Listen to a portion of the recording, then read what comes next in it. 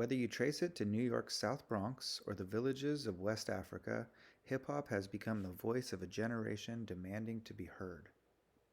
By James McBride, National Geographic, April 2007. Paragraph 1. This is my nightmare. My daughter comes home with a guy and says, "Dad, we're getting married." And he's a rapper with a mouth full of gold teeth, a do-rag on his head, muscles popping out of his arms, and a thug attitude. And then the nightmare gets deeper, because before you know it, I'm hearing the pitter-patter of little feet, their offspring, cascading through my living room, cascading through my life, drowning me with the sound of my own hypocrisy. Because when I was young, I was a knucklehead too, hearing my own music, my own sounds. And so I cursed the day I saw his face, which is a reflection of my own, and I rue the day I heard his name, because I realized to my horror that rap, music seemingly without melody, sensibility, instruments, verse, or harmony, music with no beginning, end, or middle, music that doesn't even seem to be music, rules the world. It is no longer my world, it is his world, and I live in it. I live on a hip-hop planet. High stepping. Paragraph 2. I remember when I first heard rap.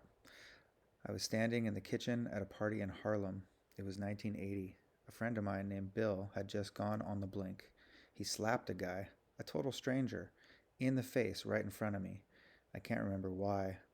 Bill was a fellow student. He was short-circuiting. Problem was, the guy he slapped was a big guy, a dude wearing a do-rag who crashed the party with 3 friends, and, judging by the fury on their faces, there would be no Martin Luther King moments in our immediate future.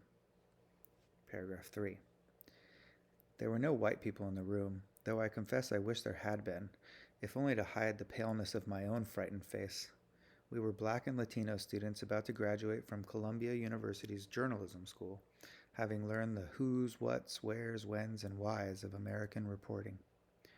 But the real storytellers of the American experience came from the world of the guy that Bill had just slapped. They lived less than a mile, 1.6 kilometers, from us in the South Bronx.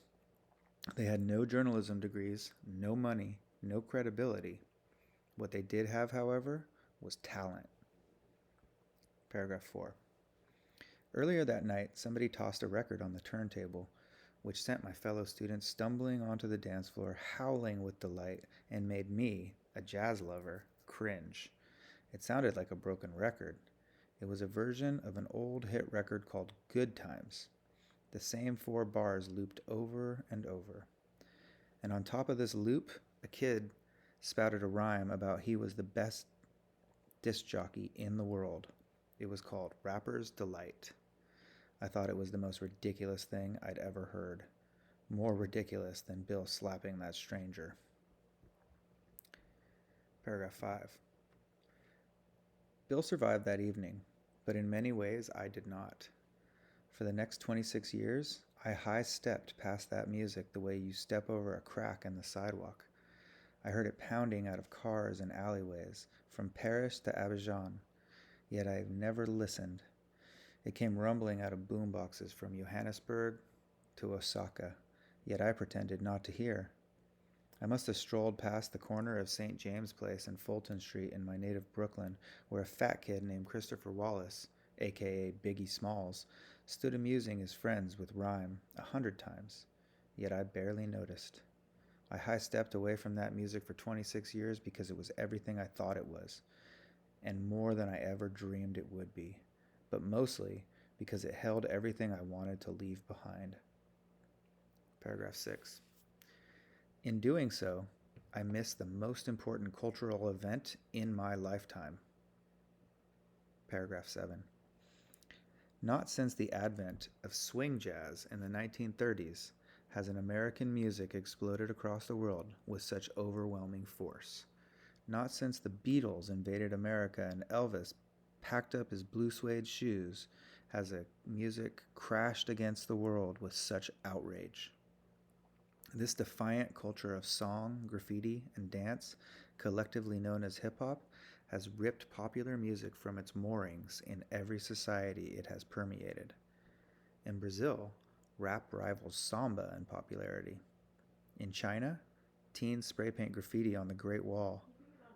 In France, it has been blamed unfairly for the worst civil unrest the country has seen in decades. Its structure is unique, complex, and at times bewildering. Whatever music it eats becomes part of its vocabulary, and as the commercial world falls into place behind it to gobble up the powerful slop in its wake, it metamorphosizes into the next big thing. It is a music that defies definition, yet defines our collective societies in immeasurable ways. To many of my generation, despite all attempts to exploit it, belittle it, numb it, classify it, and analyze it, hip-hop remains an enigma, a clarion call, a cry of, I am, for the youth of the world. We'd be wise, I suppose, to start paying attention. The City of Gods. Paragraph 9. Some call the Bronx River houses the City of Gods, though if God has been by lately, he must have slipped out for a chicken sandwich. The 10 drab red brick buildings spread across 14 acres, 5.7 hectares, coming into view as you drive east across the East 174th Street Bridge. The Bronx is the hallowed holy ground of hip-hop, the place where it all began.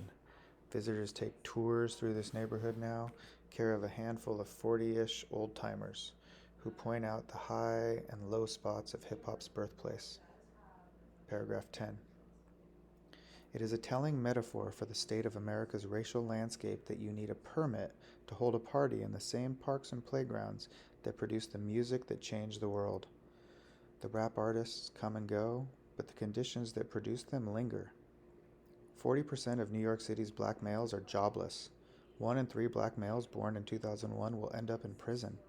The life expectancy of black men in the U.S. ranks below that of men in Sri Lanka and Colombia. It took a massive hurricane in New Orleans for the United States to wake up to its racial realities. Paragraph 11. That is why, after 26 years, I have come to embrace this music I tried so hard to ignore. Hip-hop culture is not mine, yet I own it. Much of it I hate, yet I love it, the good of it. To confess a love for a music that, at least in part, embraces violence is no easy matter.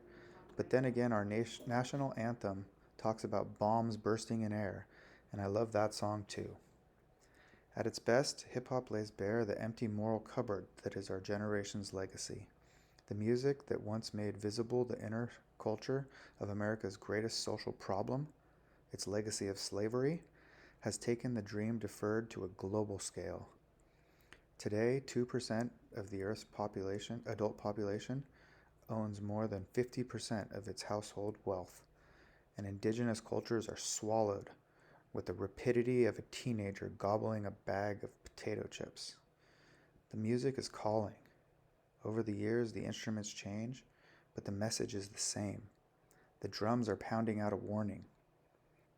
They are telling us something. Our children can hear it. Paragraph 12. The question is, can we? James McBride is a writer and music composer. He has written for many well-known newspapers, including the New York Times, Boston Globe, and Washington Post. He is most well known for his 1996 memoir, The Color of Water. Hip Hop Planet first appeared in National Geographic in April of 2007 and was included in Best African American Essays in 2009.